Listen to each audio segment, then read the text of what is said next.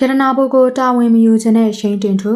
ပရိသတ်ကြီးတို့ရဲ့ရတနာဘိုနဲ့ရှိန်တင်ထူကတော့လောင်ဇလန်တွေရိုက်နေစဉ်ကတည်းကပတ်သက်ခဲ့ကြတာဖြစ်ပြီးပရိသတ်ကိုတော့သူတို့နှစ်ဦးကမောင်နှမလိုခင်တာပါလို့အမြဲပြောကြသူတွေပါပရိသတ်တွေကတော့သူတို့နှစ်ယောက်ဆက်ဆံပုံတွေကတဆင့်အတွဲတွေဆိုတာသိနေကြပေမဲ့လေနှစ်ယောက်လုံးကသူတို့ပတ်သက်မှုကိုညင်းနေကြဆဲဖြစ်ပါတယ်ဒါပေမဲ့လည်းကောင်းပြင်းတဲ့တနာဘိုရဲ့မင်္ဂလာပွဲမှာဇုံတွဲဝတ်ဆောင်တဲ့အတူပွဲတက်လာကြပြန်တာမို့လို့သူတို့တွဲနေတာညင်းမရအောင်ပေါ်သွားပြီပဲဖြစ်ပါတယ်ရတနာဘိုကတော့ဝင်လဲမဝင်ခံညင်းလဲမညင်းမဲနှုတ်ဆက်နေပါတယ်စိတ်စိတ်နေခြင်းသည်ဝင်ခံခြင်းဆိုတဲ့သဘောမျိုးလို့ပရိသတ်တွေကယူဆနေကြပါတယ်အောင်စရာကောင်းတာကတော့ရှိန်တင်လူဘက်ကအခုချိန်ထိစွတ်အတင်းညင်းဆန်နေတာပါရတနာဘိုကိုအပျော်တွဲပြီးတာဝန်မယူခြင်းလို့ဒီလိုတွေညင်းနေတာလားဆိုတာကတော့ရှိန်တင်ထူတယောက်ပဲသိမှာပါမင်္ဂလေးတယောက်ကိုနှစ်တွေကြာတဲ့အထိပရိသတ်ကိုချမပြရဲသေးတာကတော့ယောက်ျားကောင်းမပီသားတဲ့လုံရမို့လို့စားပြီးနားမလဲလှုပ်ချင်နေတဲ့ရှိန်တင်ထူကိုပရိသတ်တွေကတော့အပြင်းထန်ဝေဖန်ခဲ့ရနေကြပါတယ်